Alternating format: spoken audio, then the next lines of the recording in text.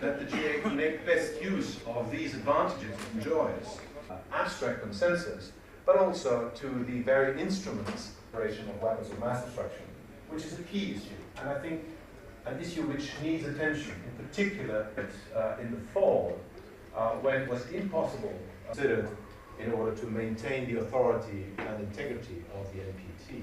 Any engagement by United Nations Security Council will deteriorate the situation. Therefore, we advise all to let the IAEA to do its job, and we are determined to continue our full cooperation with the IAEA.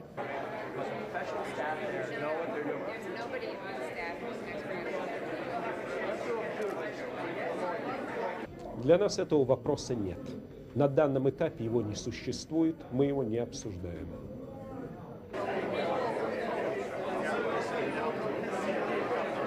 Then we will have a full spectrum of assessments as to how Iran cooperates on the basis of the resolutions of the Board of Governors of the IAEA and the statement by the presidency of the Security Council. So when we have this report, then we will have an assessment as to how cooperation develops. Then we will be ready to discuss the substance of the issue.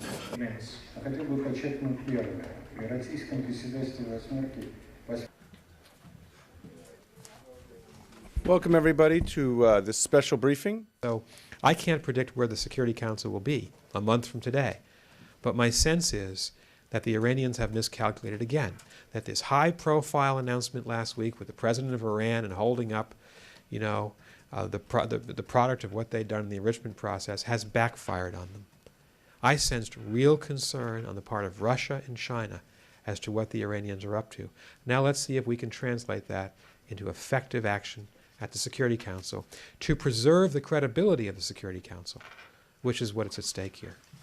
The Russians, for one, are saying that they're not going to apply sanctions because they see no proof that Iran is heading towards a nuclear weapon. So it seems like that international consensus is not as solid as you might suggest. What do you think the prospects are after April 28th? It's now time for some type of action to be taken, because what we hear is it's not in the Russians and Chinese tell us they don't want to see Iran have a nuclear weapon.